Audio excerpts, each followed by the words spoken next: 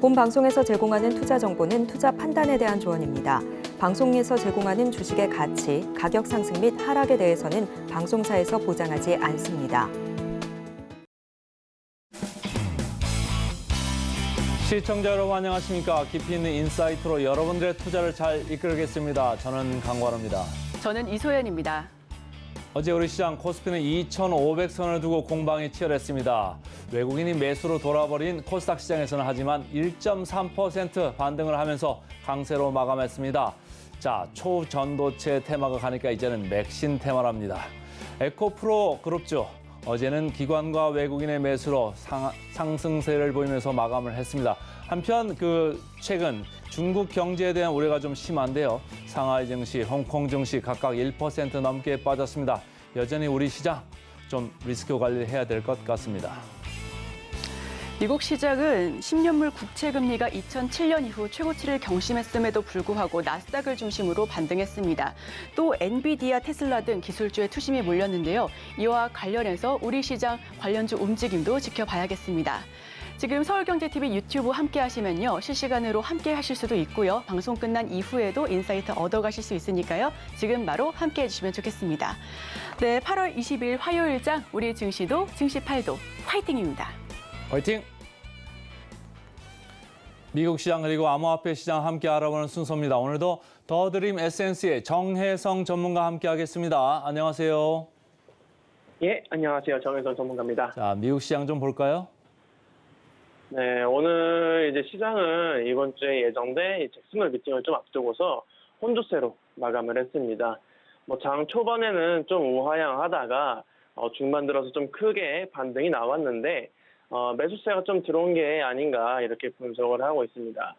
특히 이번 주 금요일부터 이제 매년 8월마다 열리는 이 경제 심포지엄 잭슨홀 미팅이 예정이 돼 있는데 아무래도 이 잭슨홀 미팅이 통화 정책의 방향을 읽을 수 있는 자리인 만큼 여기에 대한 관망세도 지금 좀 짙은 상황이고요. 지금 인플레이션과 경기 침체 우려 속에서 파월 의장이 어떤 발언을 할지에 대해 좀 주목을 할 필요가 있겠습니다. 자, 여기에다가 이 미국뿐만 아니라 유럽 중앙은행, 일본 은행 등의 통화 정책 방향도 같이 한번 이번에 확인을 하면 좋을 것 같고요. 그리고 지금 국채 금리가 계속 오르면서 이 장기 금리 상승세가 계속 이어지고 있는 와중에도 오늘 기술주들이 크게 반등을 했죠. 기술주들이 상승이 좀 나스닥 지수 상승을 견인했다고 볼 수가 있겠고요.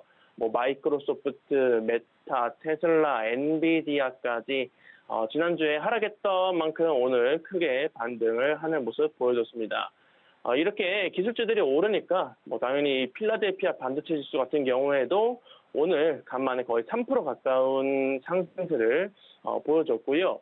오늘 국내 증시에서도 이 반도체나 AI 그리고 2차 전지 관련주들의 흐름을 꼭 체크하시길 바란다고까지 말씀드리겠고, 자, 그리고 어제 이제 중국이 기준금리 역할을 하는 이 대출 우대 금리를 좀 인하를 했습니다. 1년 만기 같은 경우에는 0.01%포인트 낮추고 5년 만기 같은 경우에는 그대로 동결을 했고요. 지금 디플레이션 위기나 이 비구에 의한 디폴트 우려 때문에 0.15%포인트씩 인하를 하면서 좀 시장에 돈을 풀 거라고 생각을 했는데 시장 예상과는 다른 흐름을 지금 좀 보여줬고요. 아마도 지나치게 대출 우대 금리를 이렇게 낮추다 보면은 위안화 가치가 좀 지나치게 빠르게 하락하기 때문에 자본 유출에 대한 위험을 회피하려는 움직임을 보인 것 같습니다. 인민은행 같은 경우에는 따라서 이 위안화 가치 하락과 디플레이션 같이 맞기가 지금 상당히 좀 어려운 상황이다라고 볼 수가 있겠고. 어쨌건 이런 이유들 때문에 지금 투자자들의 심리도 영 좋지 못한 모습을 계속해서 보여주고 있죠. 오늘도 제가 이 공포 탐욕 지수를 가져왔는데 제가 이 공포 탐욕 지수를 가져올 때마다 지금 수치가 하락하고 있어요. 지금은 아직은 이제 중단계 위치에 있지만은 진짜 조금만 더 가면은 이제 공포 단계에 진입하는 위치에 와 있고요. 지금 시장이 좀 상승해 줄 만한 이런 좀 모멘텀이 필요한 시점이라고 생각을 하고 있습니다.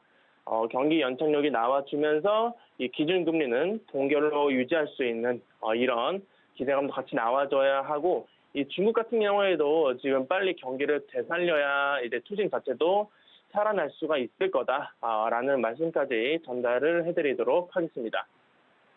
중국에서 뭐 기준금리라고 할 수 있는 거를 뭐 지금 0.01% 포인트 이렇게 조금 올렸죠. 근데 이제 중국 상하이 시장은 오히려 좀 밀렸어요. 1.3% 정도 더 밀려가지고 우리 시장 오늘도 어떻게 좀 반응할까 좀 지켜봐야 될 것 같은데 조금 아직도 우려가 남아 있는 거죠. 지난번에 우리가 엑스트림 그레이드까지 갔지 않았습니까? 아주 극단적인 탐욕까지 갔다가 주가가 서서히 밀려오는데 그때 극단적인 탐욕 갈 때가 사실은 미국 주가도 거의 고점 수준이었죠. 그러니까 최근에 좀 밀려 내려오는데 어디까지 더 밀려낼 거냐 이걸 좀 봐야 되는데 지금 상하이 지수 절대 강도 지수 RSI라고 하죠. 지금 30 근처까지 내려와 있어가지고 0.01% 포인트 내려가지고 지금 해결이 안 될 것 같다 이런 생각 개인적으로 좀 들고요. 자, 미국 시장으로 좀 가보죠. 엔비디아 어제 뭐 무려 8%나 더 넘게 올랐습니다. 맞습니다. 오늘 이제 이 반도체 지수, 필라델피아 반도체 지수가 좀 급등을 했으니까, 급등한 것도 있었죠. 이 엔비디아 급등을 하면서. 따라서 오늘 국내 시장에서도 제가 아까 반도체 관련주들 눈여겨보라고 했던 것도 이유가 있었고, 지금 이제 실적 시즌이 이제 지금 마지막을 향해서 달려가고 있는데, 이 마지막을 엔비디아가 장식할 것 같습니다. 지금 세계적인 투자은행 HSBC에서 엔비디아의 목표가를 $620까지 상향을 했고요. 이 HSBC는 이제 보고서에서 엔비디아가 가진 이 AI에 특화된 반도체가 지금 전 세계적으로 수요가 좀 넘치고 있어가지고 주가 상승 여력이 충분하다 이렇게 좀 설명을 했고요. 이 내일 모레 발표되는 엔비디아 실적이 좀 호실적을 내놔줄 거란 기대감까지 좀 더해지면서 오늘 8% 넘게 폭등을 했고 필라델피아 반도체 지수도 아까 보여드렸다시피 이렇게 좀 크게 상승을 했다. 그리고 이 상승을 견인했다라고 좀 볼 수가 있겠습니다. 자, 그리고 지금 세계 최대의 사이버 보안 회사 펠로알토 네트워크스가 어제 호실적을 발표를 하면서 14% 넘는 급등세를 보였습니다. 이 펠로알토 같은 경우에는 지금 매출액이 시장 예상치보다 좀 소폭 밑돌았지만은 지금 이 주당 순이익이 1.44달러로 시장 예상치 1.29달러를 좀 크게 웃돌았고요. 2024 회계연도 이제 실적 가이던스도 같이 공개를 했는데 조정 순이익이 5.27에서 5.4달러까지 좀 제시를 하면서 이 펠로알토 측에서는 수익성에 초점을 맞추겠다고 이렇게 발표를 하면서 오늘 급등하는 모습 보여줬습니다. 자, 그리고 최근 좀 잠잠했죠. 이 메타가 최근 이 새로 출시했던 이 스레드가 이번 주 내로 이제 웹 버전이 따로 출시가 될 거라고 합니다. 이 웹 버전에서는 이제 누가 자신을 팔로우하고 있는지 쉽게 알 수 있는 기능을 또 추가하기도 하고, 이용자들이 이 팔로잉 중인 이제 계정의 게시물들을 시간 순서대로 볼 수 있는 기능을 추가했다고 하는데요. 그동안 이 신규 이용자 수 추세가 좀 많이 줄어들면서 이 전에 X, 전 트위터, X와의 경쟁력을 높이기 위한 좀 무언가가 계속 필요했는데, 이 새로운 기능을 이번에 탑재를 하면서 앞으로 어떻게 이 X와의 경쟁을 이어갈지 또 지켜볼 필요가 있겠습니다. 자, 그리고 오늘 전기차 업종들도 전부 다 괜찮았잖아요. 전부 다 상승을 했는데 유일하게 니콜라만 폭락을 했습니다. 니콜라 같은 경우에는 지금 지난 14일에 니콜라의 수소 트럭이 화재 위험이 있다면서 자발적으로 리콜을 한 상황에서 어떤 시스템 오류인지는 밝히지를 않았지만 오늘은 이 배송 시스템에 문제가 발생했다고 밝히면서 악재가 겹쳤기 때문에 지금 이렇게 23% 넘는 폭락을 보였다라는 이슈까지 전달을 해드리도록 하겠습니다. 어떻게 보면 미국 증시 말이죠. 나스닥 상승세가 엔비디아가 끌고 테슬라가 밀고 하는 이런 이제 국면이라 우리나라 오늘 시장에도 상당히 AI 관련주들이 상당히 강할 수가 있고 이따가 이제 우리 김시은 팀장이 AI 관련해가지고 여러 가지 스토리를 얘기를 하겠습니다만 다시 한번 주목을 해야 될 시점에 온 것 같고 전기차도 우리 뭐 알코프로 제가 오프닝 멘트에서 얘기를 했습니다만 상당히 어제 강했거든요. 최근에 기관들이 기계적으로 MSCI 편입된 이후에 기계적으로 좀 사들어오고 있다. 그걸 좀 감안하면 좋을 것 같고요. 개인들은 오히려 거기에 좀 팔고 있는 이런 국면이 들어온 것 같습니다. 그래서 좀 에코프로 계속적으로 주가가 지금 왔다 갔다 하고 있는데 기관들이 기계적인 매수에 개인들은 파는 국면으로 지금 들어가고 있다. 이렇게 보시면 될 것 같고 자 비트코인을 좀 봐야 되는데 말이죠. 비트코인 달러로 보니까 3만 달러 하던 게 뭐 얼마 안 된 것 같은데 벌써 2만 6천 달러 초반입니다. 네, 맞습니다. 지금 비트코인이 거의 26,000달러 초반까지 지금 내려앉았는데 아무래도 지난주에 이제 미국 은행의 이제 신용등급 하락이나 뭐 중국 디플레이션 영향으로 인해서 이 미국 10년물 채권 금리가 좀 많이 올랐잖아요. 그런 영향들을 좀 받고 있는 것 같습니다. 현재 지금 이렇게 위험 자산 회피 현상이 같이 일어나면서 비트코인 가격은 지금 크게 하락한 이후에 횡보하는 흐름을 이어가고 있고요. 이런 매크로 환경이 좀 좋아지지 않는다면은 제가 앞에서도 말씀드렸다시피 증시뿐만 아니라 이 암호화폐 시장에도 전반적으로 좀 이렇게 영향을 줄 수밖에 없는데 당분간은 좀 추이를 지켜보면서 짧게 단기적으로 좀 매매를 하거나 뭐 이미 손실 중인 계좌가 있다면은 굳이 손실을 확정짓지 말고 장기로 투자하는 전략을 챙겨가는 게 좋을 것 같습니다. 알트코인 투자자들도 마찬가지입니다. 그리고 지금 시장 자체가 지금 추세를 전반적으로 좀 돌려주지 못하고 하방 압력을 크게 받고 있죠. 따라서 뭔가 새로운 상승 모멘텀이 나와줘야 좀 본격적으로 크게 수익을 챙겨갈 수가 있을 텐데 지금 비트코인 현물 ETF도 아직 승인이 안 떨어졌고 SEC의 소송 결과도 뭔가 좀 애매모호한 상황이잖아요. 따라서 거래량을 좀 이렇게 크게 늘릴 수 있을 만한 호재가 나와준 이후에 본격적으로 진입을 하는 게 좋다. 그 전까지는 적은 비중으로 짧게 수익을 챙겨가는 전략이 필요하다라고 말씀을 드릴 수가 있겠습니다. 비트코인 시황 이제 말씀을 하셨는데 이제 제가 보니까 전체적으로 호재가 지금 없는 것 같아요. 호재성 재료들이 없는 가운데 금리가 미국 국채 금리가 최근에 상승세를 좀 많이 하다 보니까 이쪽도 좀 악영향을 받는 거 아니겠느냐 이런 생각이 좀 들 정도로 비트코인 2만 6천 초반대로 밀려 내려서 이렇게 크게 움직임이 없는 이런 국면이고 오히려 슬금슬금 뒷걸음치는 이런 국면에 여러분들이 조금 걱정하시는 분이 많이 생길 것 같다 이렇게 생각을 좀 해보고요. 그 밖에 또 뉴스가 뭐가 있을까요? SEC에서 이 암호화폐 서비스를 제공하는 이 투자 관리 플랫폼 타이탄이라는 곳을 기소를 했습니다. 뭐 여기에는 허위 광고랑 커스터디 관련해서 권익 침해 그리고 고객과의 불합리한 계약 등이 좀 이유였는데요. SEC에 따르면은 타이탄이 이제 자사의 암호화폐 투자 상품 타이탄 크립토를 좀 홍보를 하면서 연간 최대 2,700%의 수익률을 제공한다고 광고를 했다고 합니다. 허위 과장 광고죠. 우리나라라고 치면은. 그래가지고 이 타이탄 측에서도 이 점들에 대해서 잘못한 것을 인정을 하고 19만 달러 규모의 변제금이랑 85만 달러의 벌금 부과에 동의를 한 상태라고 합니다. 자, 그리고 BAYC, 이 지루한 원숭이 요트클럽이라고 하죠. 이 BAYC가 세계 최대 NFT 프로젝트 개발사 유가랩스의 NFT 마켓플레이스 오픈시에 대한 지원 종료를 발표를 했습니다. 유가랩스가 이 오픈시를 떠나는 이유는 오픈시에서 내년 2월부터 NFT 2차 거래가 이뤄질 때마다 창작자들에게 돌아가던 이 로열티를 구매자가 선택적으로 제공을 하도록 하는 이 오퍼레이터 필터 정책 때문이라고 합니다. 따라서 이 유가랩스 CEO 같은 경우에는 크리에이터가 자신의 작업물에 대한 적절한 보상을 받을 수 있도록 로열티를 보호하는 것을 좀 중요하게 생각한다고 하면서 선택적 로열티 도입에 좀 반대하는 입장에 강하게 드러내면서 오픈시를 떠난다라는 이슈까지 전달을 해드리도록 하겠습니다.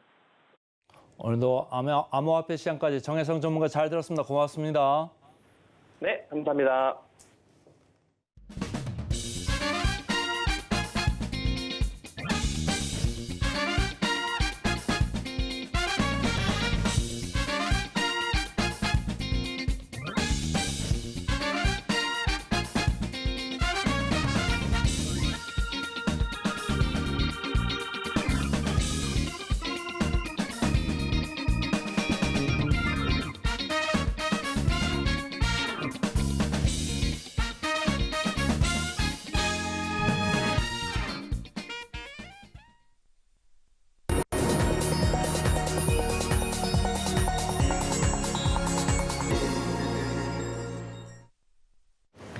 개인 투자자가 아닌 전문가는 장 시작 전 뉴스를 볼 때 어떤 부분에 초점을 맞출까요? 오늘 이분과 이야기 나눠보겠습니다.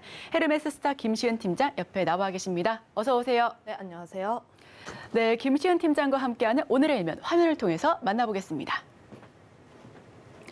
오늘의 헤드라인입니다. HBM 전쟁 시작, 삼성, SK 시장 선점 경쟁 이렇게 헤드라인 준비해 오셨는데 아까 우리 강 앵커님께서 스포일러를 해주셨어요. AI 관련해가지고 말씀하신다고. 자, 이렇게 헤드라인 시작하면서 어떤 이야기부터 먼저 풀어볼지 한번 여쭤보겠습니다. 저는 여전히 시장의 관심은 반도체 쪽에 가져가봐야 하지 않을까라고 보고 있는데 뭐 미국 시장도 그렇고 엔비디아에 대한 관심이 계속 나오고 있습니다. 엔비디아가 올라가게 되면 국내 증시에서 당연히 HBM이라는 키워드를 떠오르셔야 하고요. HBM 시장 같은 경우는 폭발적으로 성장을 하고 있는데 기존에는 뭐 디램 사이클, 그러니까 디램의 재고에 따라서 상승과 하락을 반복하는 사이클이 있었다면 AI 시대가 나오게 되면서 또 다른 시장에 왔다 이렇게 판단을 해보시면 좋을 것 같습니다. 그런데 AI 같은 수요가 계속 나오고 있는데 HBM 같은 경우는 아직 디램 내에서 차지하는 비중 자체가 굉장히 적다는 것이죠. 그러면 앞으로 성장할 수 있는 상방 자체가 굉장히 크게 열려 있다는 점에서 삼성전자도 그렇고 SK 하이닉스도 HBM에 대한 성장성을 확인을 하고 대대적으로 투자를 하겠다. 이렇게 멘트를 쳤는데 기존 디램 쪽에서 투자를 줄이는 것과는 좀 대조적인 그런 모습들을 보여주고 있습니다. 이 점에서 좀 주목해 보시면 좋을 게 HBM 시장 같은 경우에는 현재 20억 원 수준에서 28년까지는 약 63억 원까지 성장할 수 있는 시장이다라고 보시면 좋을 것 같고요. 그 점에서 굉장히 유리한 점이 또 우리나라 쪽에서 점유율이 굉장히 높아요. 삼성전자와 SK 하이닉스 점유율이 90%다라고 보시면 좋을 것 같은데 물론 삼성전자도 그렇고 SK 하이닉스도 그렇고 각자 주장하는 게 조금 다르긴 합니다. 서로가 1등이라고 아웅다웅하고 있긴 한데 기술적인 측면에서 봤을 때는 SK 하이닉스가 좀 더 우위에 있지 않을까라고 보여지고 있고요. 지금 보시면 SK 하이닉스 같은 경우에는 이미 4세대를 개발 완료해서 엔비디아에 납품을 하고 있는 상황이죠. 그런데 삼성전자 같은 경우에는 2세대와 3세대만 양산을 하고 있어서 물량을 대고 있습니다. 시장 리서치 조사에 따르면 SK 하이닉스 같은 경우에는 시장 점유율 50%, 삼성전자는 자체 점유율 50% 이상이다라고 했지만 AI 쪽에 대한 수요가 사실상 SK 하이닉스에 있기 때문에 그 부분에 있어서 SK 하이닉스에 대한 부분에서 좀 더 주목해 볼 필요가 있지 않을까라고 보여지고 있고 거기다 어제 나왔던 소식이 디램 쪽에서 차세대 신제품이라고 할 수 있는 5세대 HBM3E를 개발을 성공을 했습니다. 물론 이 이슈에 대해서 몇 달 전부터 나왔던 이슈이긴 한데 엔비디아의 샘플을 양산을 했다는 것 자체가 SK 하이닉스가 HBM3 시장에서 굉장히 큰 우위에 있지 않을까. 특히 엔비디아가 이 시장에서 굉장히 중요한 게 엔비디아가 GPU 쪽에서 점유율이 90%이기 때문에 엔비디아에게 어떻게 납품하는지가 중요하거든요. 그런데 SK 하이닉스가 그 부분에 있어서 샘플을 양산을 했고 공급을 했기 때문에 앞으로의 시장에 있어서도 선점을 할 가능성이 높다 이렇게 판단을 하고 있습니다. 그런데 물론 지금 샘플을 공급을 했고 4세대 같은 경우는 SK 하이닉스가 우위에 있긴 해요. 우위에 있긴 한데 5세대 같은 경우도 보면은 삼성전자도 좀 뒤처지지 않을 것으로 보고 있고요. 왜냐하면 기존의 반도체 사이클을 보면은 원래는 삼성전자가 먼저 기술력이 우위에 있고 먼저 앞서 나가고 SK 하이닉스가 뒤따라가는 구조였는데 지금은 그 반대 상황이기 때문에 삼성전자 입장에서는 좀 자존심이 상할 수밖에 없습니다. 그거에 따라서 초격차 투자를 하기 위해서 대규모로 투자를 진행을 하고 있고 그 시장에서 계속 우위를 차지를 하기 위해서 투자를 진행할 것을 보고 있기 때문에 SK 하이닉스와 삼성전자 이 두 기업의 차이를 좀 더 좁혀지지 않을까라고 보고 있으면서 앞으로 시장이 성장하면 성장을 할수록 특히 SK 하이닉스도 그렇고 삼성전자도 기술적인 우위를 통해서 앞으로 더 발전해 나가는 모습 그거에 따라서 반도체 산업 같은 경우에는 기존의 디램 재고에 대한 것뿐만 아니라 앞으로 시장 성장성에 따라서 더 크게 수혜를 볼 수 있지 않을까 보고 있습니다. 네, HBM과 관련해서 SK 하이닉스가 선점을 했다 이런 이야기 해주셨는데 사실 이 선점이라는 두 단어가 굉장히 중요한 것 같아요. 왜냐하면은 우리나라 굴지의 대기업은 아무래도 삼성전자잖아요. 모두가 아시다시피. 다만 또 가전하면은 백색 가전이거든요. 아직까지도 이 선점이고 우위에 있다라는 것 자체가 큰 영향력을 발휘할 것 같은데 시장에서도 그렇다면 이와 관련해서 HBM 그리고 투자 포인트는 어떻게 잡아봐야 될까요? 아무래도 HBM 관련했을 때는 엔비디아를 볼 수밖에 없습니다. 특히 미국 증시도 그렇고 국내 증시에서도 가장 주목하고 있는 이번 주 이벤트가 엔비디아 실적 발표이기 발표죠. 때문에 이 부분에 조금 더 집중을 해보시는 게 낫지 않을까. 개인적인 의견으로는 지난 5월 때 랠리를 다시 한번 펼칠 수 있지 않을까라고 기대를 하고 있습니다.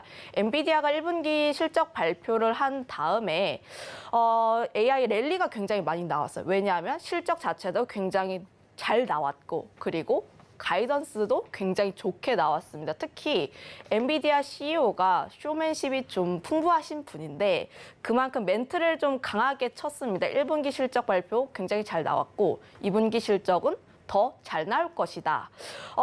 이 부분이 촉매가 되면서 관련했을 때 반도체뿐만 아니라 AI 섹터 전반적으로 훈풍이 굉장히 많이 불었다라고 보시면 좋을 것 같은데 그만큼 관련했을 때 이번 실적에 대해서도 기대감이 상당히 크다라고 보시면 좋을 것 같아요. 물론 일각에서는 엔비디아 올해 오른 것 좀 봐라. 200% 넘게 올랐기 때문에 실적을 발표를 하면 세론 쪽으로 가지 않을까라는 우려가 있긴 하지만 저는 이 부분에 조금 더 집중을 했습니다. 엔비디아 실적 발표가 나오기 일주일 전에 왜 월가에서는 목표 주가 상향한 리포트를 대거 발행했을까? 보통 우리가 실적 발표를 하고 나서 그다음에 실적 발표를 한 것을 바탕으로 리서치를 냅니다. 그렇게 해도 늦진 않아요. 그런데 왜 월가에서는 실적 발표 이틀 전, 일주일 전에 목표 주가를 상향한 리포트를 냈을까에 대해서 좀 더 주목을 했고 그만큼 AI에 대한 수요가 굉장히 크다. 이렇게 보시면 좋을 것 같습니다. 그만큼 기대감이 상당히 나오고 있다라고 보시면 좋을 것 같은데 아직까지 엔비디아 가 $700 선인데 목표 주가 평균치를 보면은 $515입니다. 최대치를 보면은 로젠블렛 쪽에서 $800까지 제시를 하고 있는 모습 보여주고 있고 평균적으로 $500 최소 이상을 보여주고 있기 때문에 지금 현 주가에서도 상승 여력이 충분히 많다 이렇게 판단을 해 보시면 좋을 것 같고 전거래일 이제 미국 증시에서 엔비디아가 8% 가까이 올랐던 게 어제 또 보고서가 나왔더라고요. 목표 주가를 상향한 리포트가 나왔는데 HSBC 증권에서 목표 주가 $780를 제시를 했습니다. 서브 측정치도 보면은 굉장히 크게 열어놓고 있는 모습, 거의 2배 이상 오른 성장을 할 것이다라고 보시면 좋을 것 같고 AI GPU 수요 같은 경우에는 굉장히 급증하고 있기 때문에 공급을 계속 하더라도 실적은 계속 잘 나올 수밖에 없다. 이렇게 보시면 좋을 것 같습니다. 특히 뭐 중국 쪽에서 이슈가 있긴 해요. 왜냐하면 중국 쪽에 AI 반도체를 대지 말라 이런 이슈가 있으면서 악재가 조금 꼈다라고 보고 있긴 하지만 사우디라든지 영국 쪽에서도 수요가 계속 나오고 있는 점. 특히 영국 쪽에서 보면은 정부 예산으로 1,700억 정도 AI 반도체를 사기 위해서 엔비디아와 협상 중에 있다. 이런 이슈가 있기 때문에 AI 시장 같은 경우에는 수요가 꾸준히 나올 수밖에 없는 그런 시장이라고 보시면 좋을 것 같습니다. 물론 구글 같은 경우도 보면은 뭐 AI를 선점을 하기 위해서 최소 10배 이상 투자를 해야 한다. 뭐 이런 멘트도 쳤기 때문에 사실상 AI 섹터 같은 경우에는 지금 투자를 했더라도 앞으로 계속해서 투자를 해야 하는, 왜냐하면 AI 섹터 자체가 지금 막 커나가는 시장이기 때문에 MS라든지 구글, 기존의 빅테크 기업들, 선두를 달리고 있던 빅테크 기업들이 투자를 계속할 수밖에 없고 그리고 뒤따라가는 후발주자들도 함께 덩달아서 투자를 계속할 수밖에 없는 시장이기 때문에 앞으로 AI 반도체에 대한 수요는 계속 올라갈 수밖에 없고 특히 GPU 같은 경우에는 계속 큰 수혜를 받을 수밖에 없다. 이렇게 보고 있습니다. 네, 엔비디아 같은 경우에는 대표적인 AI 수혜주죠. 또 간밤에 8% 가까이 급등해서 도대체 이게 무슨 일인가 해서 봤더니 월가에서 목표가를 상향했습니다. 자, 그렇다면 이 엔비디아와 관련해서 또 어떤 섹터군들이 수혜를 받을 수 있을지 이야기를 나눠보고 싶은데요. AI 쪽에 좀 더 집중해 보시면 좋을 것 같아요. AI로 보면은 저는 AI 반도체도 있고 뭐 네이버 쪽에 AI도 있긴 한데 우선순위로 따지면 AI 반도체, HBM 쪽이 아닐까라고 보고 있습니다. 반도체 쪽으로 보게 됐을 때 조금 보수적으로 보고 싶으신 분들 같은 경우는 엔비디아 실적 발표 이후에 접근을 해보시는 게 낫지 않을까라고 보고 있는데 개인적인 의견으로는 엔비디아 실적 발표한 다음에 기대치보다 조금 하회를 한다면 좀 빠졌다가 가이던스 보고 다시 올라갈 가능성이 있고 실제로 뭐 기대치에 부합을 한다면 그대로 올라갈 가능성이 있다 이렇게 판단을 하고 있고요. 실제로 엔비디아 실적을 봤을 때 그동안 지난 10년 동안 엔비디아 실적 기대치 이상 나왔던 게 대다수입니다. 대부분 뭐 두세 번 빼고는 대부분 기대치를 상회하는 움직임을 보여줬기 때문에 이번 실적도 그에 부합하지 않을까라고 보고 있고요. 관련했을 때는 우리 시장에서 봤을 때 한미반도체라든지 이스페타시스 같은 대장주의 역할이 조금 더 중요하지 않을까라고 보고 있습니다. 아무래도 삼성전자라든지 SK하이닉스 같은 경우에는 대장주의 역할을 하기에는 시장을 대표하는 종목이기도 하고 특히 뭐 시장 관련했을 때는 여전히 노이즈가 좀 많이 껴있긴 해요. 물론 엔비디아 실적 발표 이후에 얼만큼 악재를 해소하고 상방을 열어둘까가 좀 고민이긴 하지만 여전히 뭐 탄력적인 부분에서 봤을 때 SK하이닉스, 삼성전자보다는 중소형 쪽에서 탄력성이 더 나오지 않을까라고 보고 있는데 가장 대장 역할을 하고 있는 종목이 한미반도체입니다. 한미반도체 혼자 전고점 뚫어서 올라가고 있는 모습을 보여주고 있는데 그만큼 한미반도체 같은 경우에는 HBM 쪽에서 독점적인 위치를 가지고 있고 관련했을 때 이 종목군의 흐름을 계속 추적을 해야 하는 입장 가지고 있고 그 다음에 대장 역할로 움직이고 있는 게 이스페타시스라는 종목. 단기적인 접근으로 봤을 때 이 두 종목 같은 경우는 트레이딩은 가능하긴 해요. 그런데 위치적인 면에서 봤을 때 바닥권에서 너무 많이 올라왔기 때문에 실제로 접근을 하기 좀 부담스럽다 하시는 분들이 좀 많습니다. 그런 관점에서 봤을 때 엔비디아 쪽에서 실적 발표를 할 때 나올 수 있는 이야기에 뭐가 있을까를 조금 더 집중을 해보면 지금 엔비디아 실적 굉장히 잘 나올 것으로 기대를 하고 있는데 다만 좀 부담스러운 점은 공급이 살짝 달리다는 점.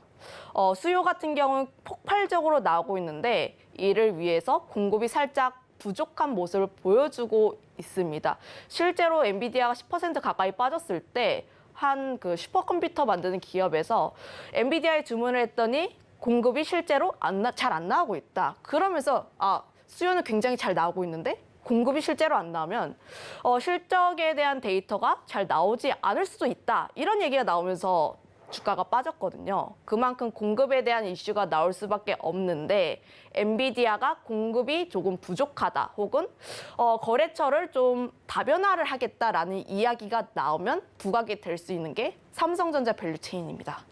기존에는 엔비디아가 워낙 SK하이닉스와의 관계가 독점적이다 보니까 SK하이닉스 향해서만 움직임이 크게 돌았어요. 그런데 지금 상방을 조금 더 크게 열어볼 수 있는 쪽은 삼성전자 쪽입니다.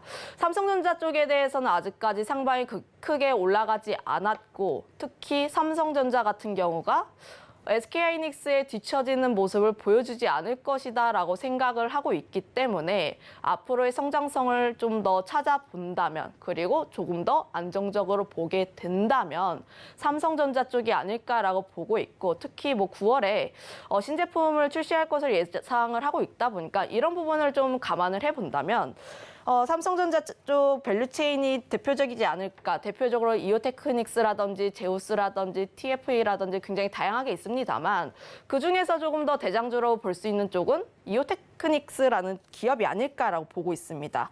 아무래도 HBM 패키징을 삼성전자가 턴키 방식을 하게 된다면 관련했을 때 가장 크게 수혜를 볼 수 있는 기업이지 않을까, 수혜를 볼 수 있는 기업 중 하나이지 않을까라고 보고 있는데 관련했을 때 삼성전자 해양 매출이 조금 더 크기도 하고요. 레이저 어닐링 장비를 대표하고 있는 기업입니다. 2분기 실적 같은 경우에는 뭐 대체로 반도체 기업들이 그렇듯이 실적이 부진을 하지만 삼성전자가 HBM 쪽에서 두드러진 성과를 내고 신제품을 출시를 하기 위해서 투자를 대대적으로 진행을 한다면 당연히 장비에 대한 수요가 늘어날 수밖에 없다는 점. 이런 점을 보게 됐을 때 가장 큰 수혜를 볼 수 있는 부분이 아닐까라고 보고 있고요. 특히 이오테크닉스를 비롯해서 대부분의 종목군들의 차트 흐름이 비슷하긴 합니다. 돌파 매매 자리를 하시면 좋을 것 같은데 차트 한번 보도록 할게요. 네, 지금 차트 한번 나와 봤네요. 알체라인데 이제 그 다른 네, 이오테크닉스는 지금 차트가 화면에는 준비가 안 되어 있는데요. 지금 말씀해 주셨던 것처럼 엔비디아 23일 실적 발표 예고되어 있죠. 이와 관련해서 관련주들의 움직임 살펴보시면 좋겠습니다. 자, 화면에서 이제 나왔네요. 이오테크닉스. 지금 뭐 대다수 HBM 관련 종목군들의 흐름이 비슷한 흐름들을 보여주고 있는데 엔비디아가 조금 조정을 받았을 때 함께 조정을 받으면서 20선을 타고 다시 올라가는 흐름을 보여주고 있습니다.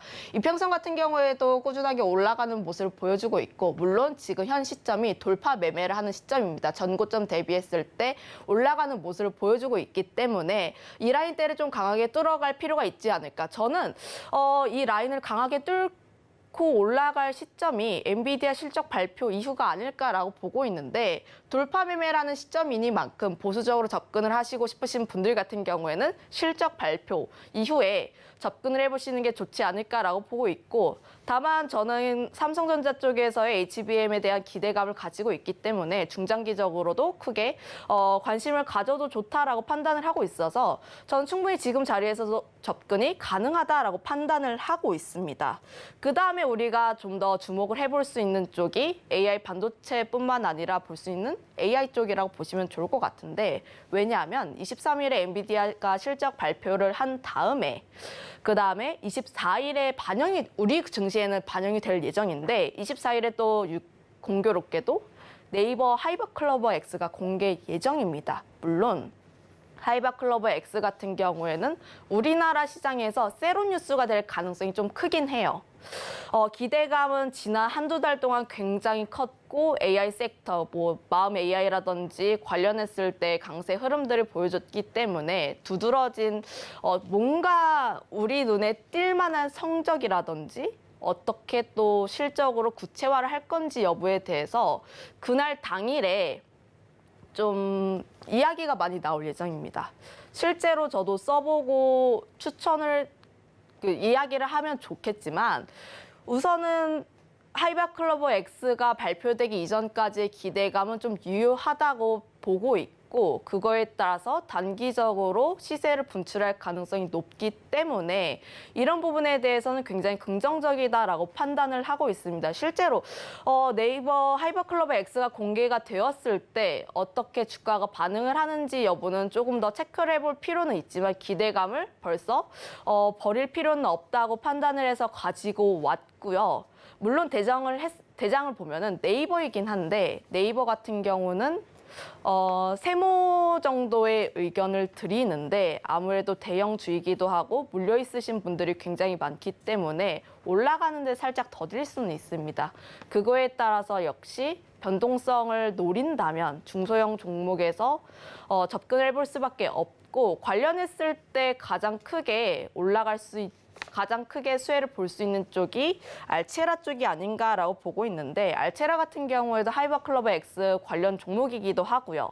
특히 뭐 최대 주주가 네이버 자회사라고 할 수 있는 스노우가 있다 보니까 이런 부분에서 함께 엮일 수 있다면 변동성이 크게 나올 수 있는 종목이 알체라가 아닌가 싶습니다. 차트의 모양을 함께 보셨을 때도 전고점 대비했을 때 살짝 눌려 있는 모습을 보여주긴 했지만 여전히 올라와 있는 모습을 보여주고 있어서 알체라 같은 경우에는 기대감이 역시 상존에 있다 이렇게 판단을 해보시면 좋을 것 같은데 AI 관련했을 때도 알체라가 더 수혜를 받을 수 있는 게 AI가 굉장히 다양한 방법이 있어요. 뭐 음성도 있고 영상도 있고 영상 인식도 있는데 그중에 있어서 영상 인식 AI 쪽에서 수요가 좀 증가할 가능성이 높다는 점.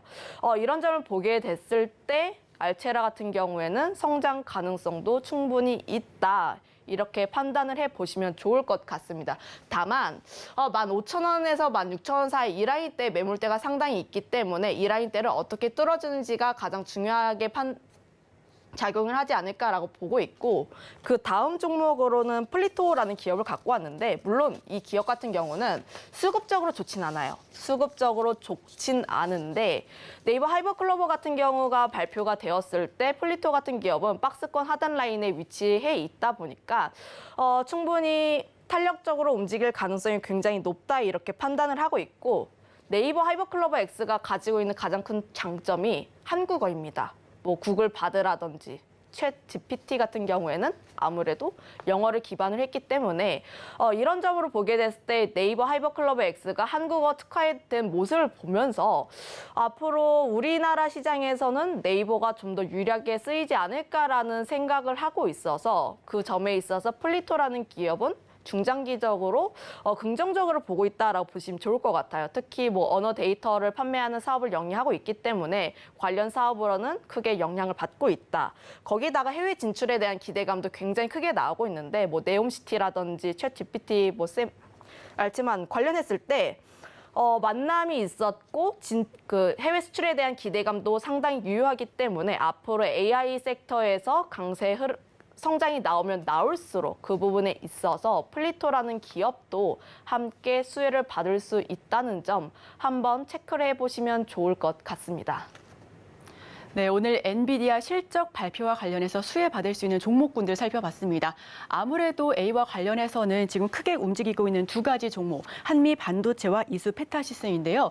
이 두 가지 종목 같은 경우에는 트레이닝 자리보다는 지금 다음 종목, 다른 종목 한번 살펴보시면 좋겠다 하는 의견을 받아봤습니다. 거기서 이오테크닉스 한번 꼽아봤고요. 또 네이버와 관련해서 수혜를 받을 수 있는 다음 종목, 알체라, 그리고 플리토까지 연결 한번 해봤으니까요. 저희 해당 종목군들 한번 오늘 시장에서도 살펴보시면 좋겠습니다. 지금까지 헤르메스 스타 김시은 팀장과 함께했습니다. 오늘 말씀 고맙습니다.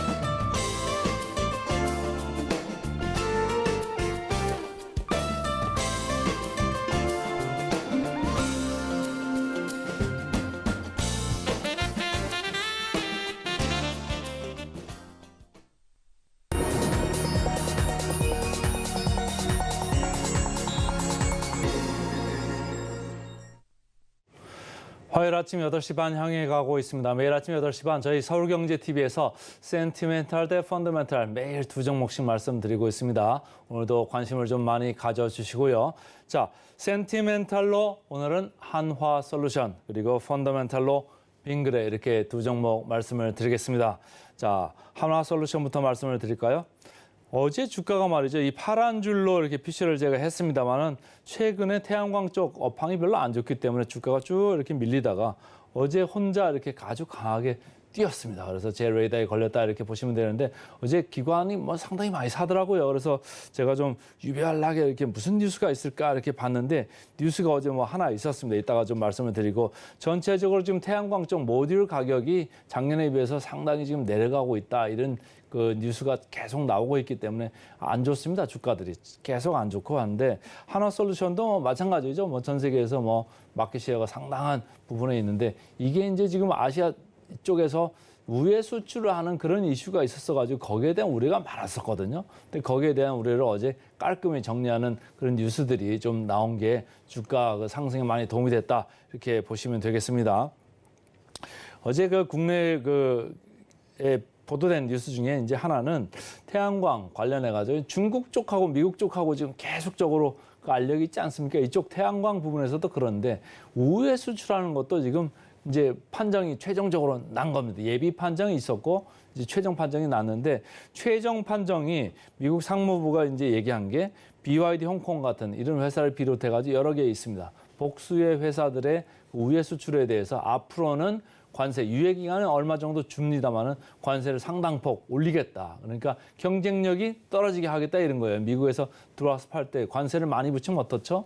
판매 가격이 높아질 수밖에 없잖아요. 근데 한화큐셀이나 이런 데서 하는 이제 수출 물량에 대해서는 정상적인 관세율을 부과하면서 들어가는 거죠. 오히려 AMPC 그러니까 미국에서 보조금을 주기로 한 거를 정확하게 받아낼 수만 있으면 오히려 수혜를 더 받을 수 있다 이런 생각을 하는 이런 투자자들이 많은 거죠. 그래서 최종 무혐의 판정이 났기 때문에 최대 수혜자로 급부상을 한 것 같습니다.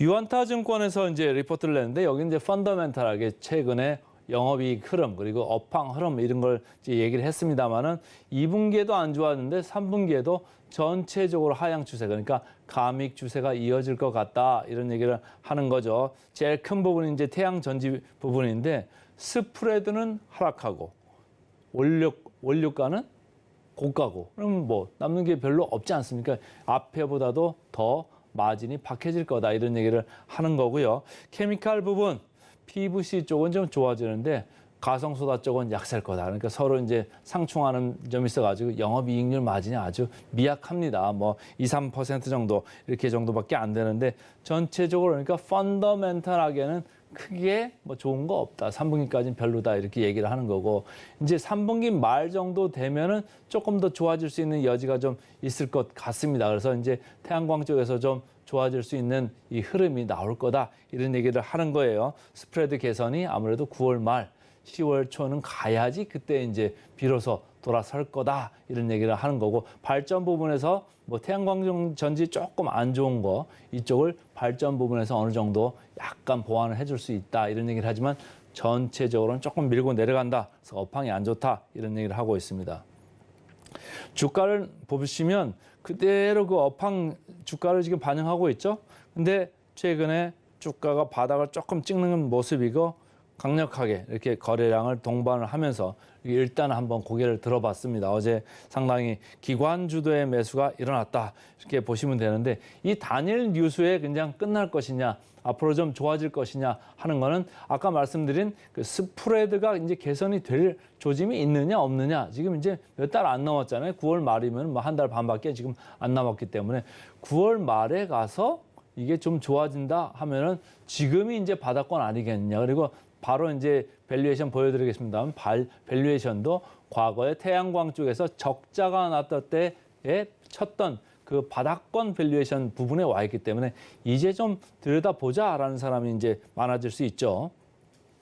자, PBR로 보겠습니다. PBR로 보시면은 역대급으로 지금 많이 이제 내려오는 그런 밴드 선상에 있습니다. 그래서 녹색 선도 지금 밀고 내려왔죠. 그래서 0.7배 정도 수준까지 이렇게 내려왔는데 이 0.7배 수준이라는 게 방금 말씀드린 태양광 쪽이 적자 부분이었을 때의 밸류가 0.7배 수준이라는 겁니다. 물론 이 회사의 ROE, 그러니까 자기 자본 대비 수익률은 그렇게 나오지는 않습니다. 4% 정도밖에 안 나오는데요. 태양광 전지 쪽이 조금 좋아진다 이렇게 되면은 ROE도 올라갈 수 있는 거죠. 그러니까 0.7배 수준 하단에 와 있다. 이 점을 유념하시고요. 자, PER, PBR 양쪽이 좀 엇갈리기 때문에 제가 차트를 두 개를 좀 넣어봤습니다. 그래서 PER로 봤을 때는 좀 높아 보입니다. 왜? 이게 안 나오니까 높게 나올 수밖에 없지. 역수기 때문에 그렇죠. 그런데 PBR로 이제 역사적으로 볼 때는 삼성전자도 그랬고 SK 하이닉스도 그랬고 바닥을 잡아낼 때는 PBR을 오히려 많이 봅니다. 이게 많이 왔다 갔다를 안 하죠. 근데 한화솔루션 0.7배 정도 수준에 지금 와 있습니다. 현대에너지 0.8. 많이 주가가 내려온 것 같은데 아직도 0.8이죠. OCI 0.6입니다. 그래서 한화솔루션 0.7이면 어느 정도 바닥권 아니겠느냐 이런 생각을 하는 사람들이 좀 생긴 것 같다. 이렇게 보시면 됩니다. 자, 목표 주가 펀더멘털이 내려오니까 목표 주가도 쭉 내려왔죠. 그런데 주가가 아주 많이 내려왔기 때문에 그럼에도 불구하고 목표 주가 괴리율이 53%나 됩니다. 그래서 오늘은 센티멘탈로 어제 분위기 좋았던 한화솔루션부터 말씀을 드렸습니다. 그다음에 이제 펀더멘탈이죠. 펀더멘탈. 오늘은 빙그레입니다. 빙그레. 제가 제목을 하나 잡아봤는데요. 주가가 빙그레 웃고 있습니다. 그래서 빙그레 웃는 주가다 이렇게 말씀을 드리는데 차트를 보시면 빙그레 주황색으로 표시되어 있죠. 상당히 주가가 계속 좋았습니다. 어제 또 좋았기 때문에 주가가 이렇게 많이 뻗어 있고요. 삼양식품 지난번에 저희가 이쯤에서 말씀드렸었죠. 그다음에 주가가 30%도 넘게 올랐습니다. 최근에 해외 부분이 상당히 좋아지고 있는데 빙그레도 마찬가지입니다. 빙그레도 중국 쪽 좋아지고 있고 베트남도 좋아지고 있고 미국 쪽도 좋아지고 있고 그래서 전체적으로 좋아지고 혜태 아이스크림 잘 팔리고 있습니다. 그러니까 이 자회사나 해외 법인단에서도 잘 팔리고 모회사 단에서도 아주 잘 팔리고 있습니다. 여러분 요즘 더우시죠? 최근 너무너무 더웠잖아요. 저도 아이스크림 잘 안 먹는데 날씨가 덥다 보니까 저도 아이스크림 찾게 되더라고요. 저희가 먹는 메로나 바로 이런 빙그레에서 나오는 거거든요. 그래서 최근에 주가가 상당히 좋고 마진도 상당히 좋아졌다 이렇게 보시면 되겠습니다.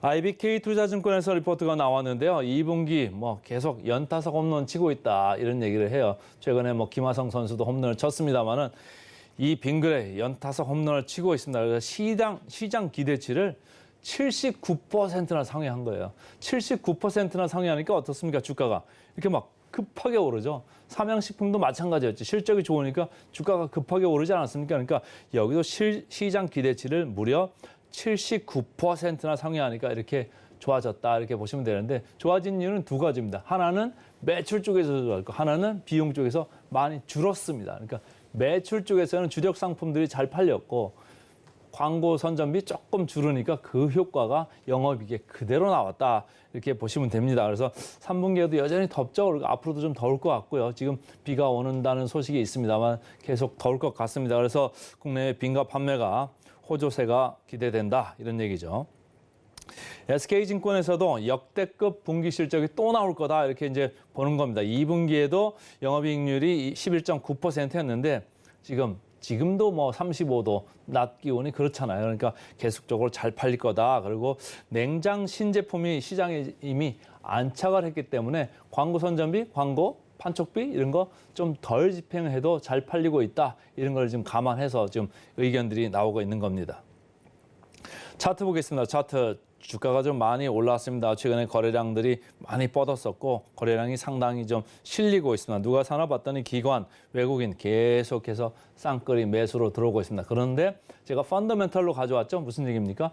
밸류에이션이 싸다는 얘기입니다. 여전히 싼 구간에 있고요. 지금 리레이팅이 되고 있습니다만 아직도 상당 부분은 조금 여유가 있다 이렇게 보시면 되겠습니다. PER로 보겠습니다. 최근에 저희가 말씀드렸던 삼양식품 10배 언더에서 이렇게 말씀을 드렸는데 벌써 12.9배까지 올라왔네요. 그런데 빙그레 9.6배입니다. 이 식품주 중에서 가장 밑에 처져 있고요. 여전히 밸류에이션 매력이 있다. 이렇게 보시면 되겠습니다. 그래서 목표 주가 최근에 2주 만에 이렇게 8만 원까지 급하게 이렇게 올라왔습니다만 여전히 상승 여력 38%가량 남아있다고 합니다. 그래서 오늘은 센티멘털 한화솔루션, 펀더멘털 빙그레 두 종목 말씀드렸습니다. 오늘의 핵심 요약 세 줄입니다. 뉴욕 증시 혼조세로 마감했는데요. 나스닥이 5거래일 만에 상승했고 필라델피아 반도체 지수도 2% 넘게 올라왔습니다. 오늘의 일면 HBM 전쟁 시작, 삼성, SK 시장 선점 불꽃 경쟁, 실적 발표에 따른 엔비디아 AI향 수혜주 세 종목 꼽아봤고요. 마지막으로 센티멘탈 대 펀더멘탈, 태양광주의 호재가 떴답니다. 한화솔루션 그리고 해외에서도 빙그레 웃네요. 수출 비중 확대, 빙그레 이렇게 두 가지 종목 꼽아봤습니다. 저희는 바로 이어서 증시 구로 돌아오겠습니다. 개장 방송도 서울경제TV와 함께 하시죠.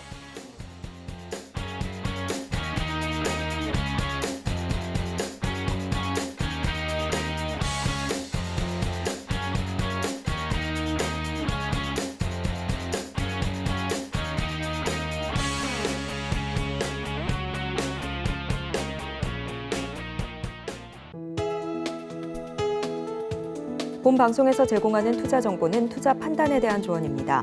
방송에서 제공하는 주식의 가치, 가격 상승 및 하락에 대해서는 방송사에서 보장하지 않습니다.